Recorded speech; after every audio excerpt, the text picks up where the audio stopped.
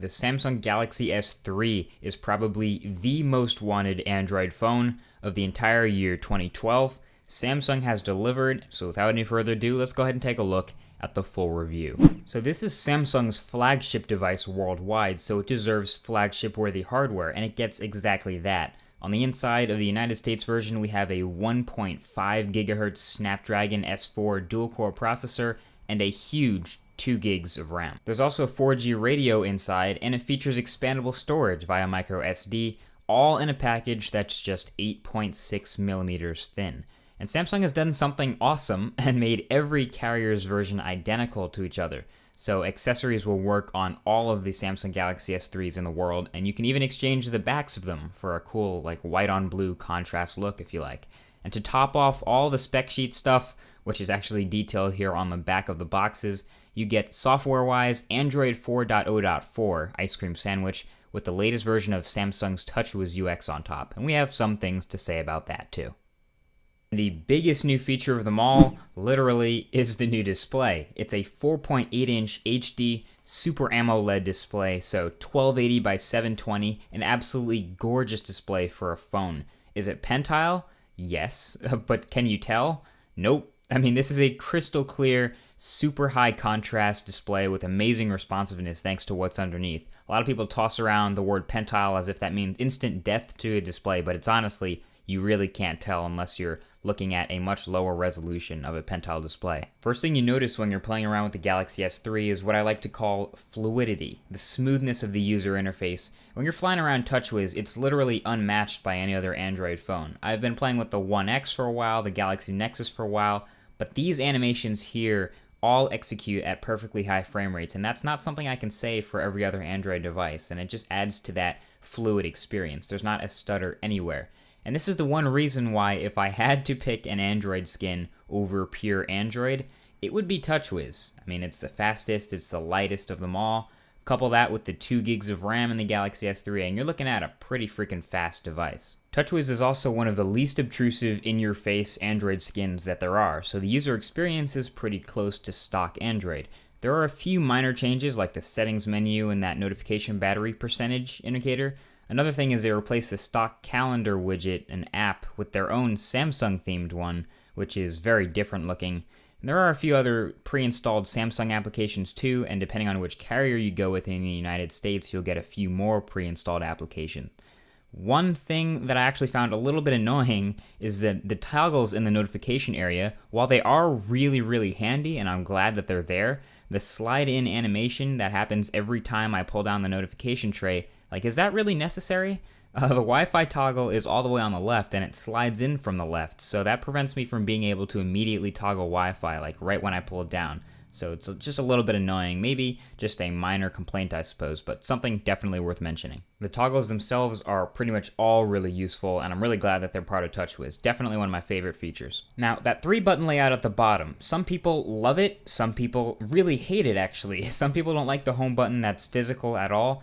Honestly, it really grew on me though, actually. After about 5 days of using the phone, I kind of like it. The soft buttons disappear when they're not in use. You know, they perform legacy functions, but they aren't there when you don't need them, so that's pretty cool. And you can access the multitasking still by long pressing that home button. So honestly, if you play with it and you don't like it at all, give it some time. You might actually find that you like it in the end. Overall, there is a ton of Samsung stuff built into the software TouchWiz that I could never cover, like Smart Stay, and it just keeps the phone on when you're looking at it in motion and all this stuff, but honestly, most of it is pretty gimmicky. S-Voice, which is a freaking Siri clone of all things, can be just as useless as Siri sometimes. Hi, Galaxy.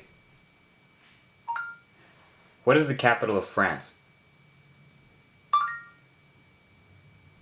Didn't do anything.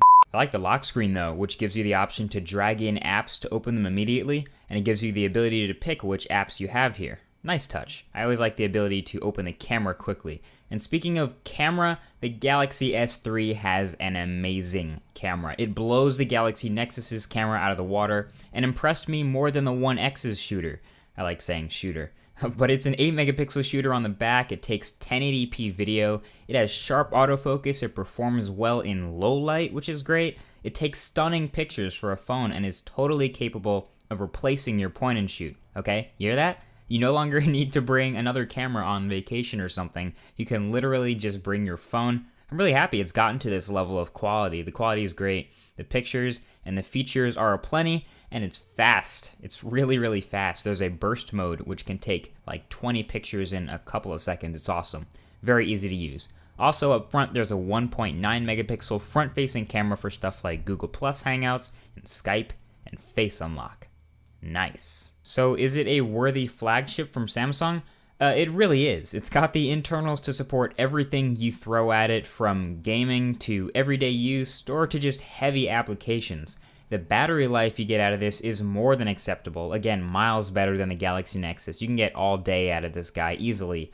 And while the design may not be everyone's favorite, it feels fine in the hand. There's Gorilla Glass 2 on the front. The device itself is very thin, no need for a screen protector with that Gorilla Glass, and the removable back gives you access to the internals, the 2100 milliamp hour battery, the SIM card, the SD card. And this is something I never understand why people complain about the battery door being flexible, because you should just put it back on the phone. I've never seen one break under normal use.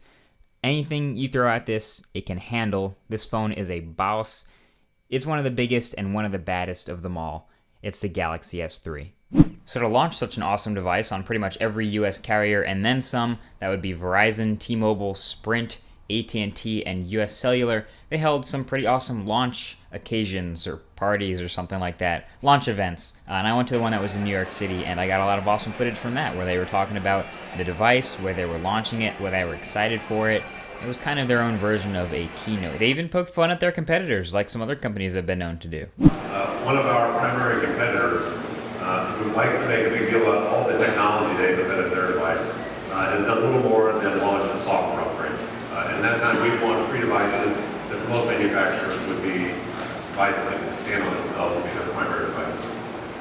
And that was actually the first time where I was able to see a US variant of the Galaxy S3. I actually saw a whole bunch of them lined up together. They all had back-to-back their carrier branding on the back, so it was pretty cool to see the Verizon version in person, even though it's actually technically not released yet. So there you go, the Galaxy S3 is obviously a really, really good device. It's a very impressive device to me, both on paper, because the specs are awesome. It has 2 gigs of RAM, you know, the LTE for the Verizon and Sprint versions, everything like that. It's just a really great all-around device. And then the experience, on the other hand, is also really good. And for me, it's actually enough to get me to switch from the Nexus to the Galaxy S3 on Verizon as my full-time carry daily device. So let me know what you guys think of it, and obviously you can give a thumbs up on this video if you enjoyed it. But do you guys think that the Galaxy S3 is better than the other flagship devices out there? I can obviously compare it to the HTC One X if you like, because that's obviously another quad-core device overseas compared to the quad-core version of this. So let me know what you guys think, if I should do some comparisons. Either way, thank you for watching this video, and I will talk to you guys in the next one. Peace.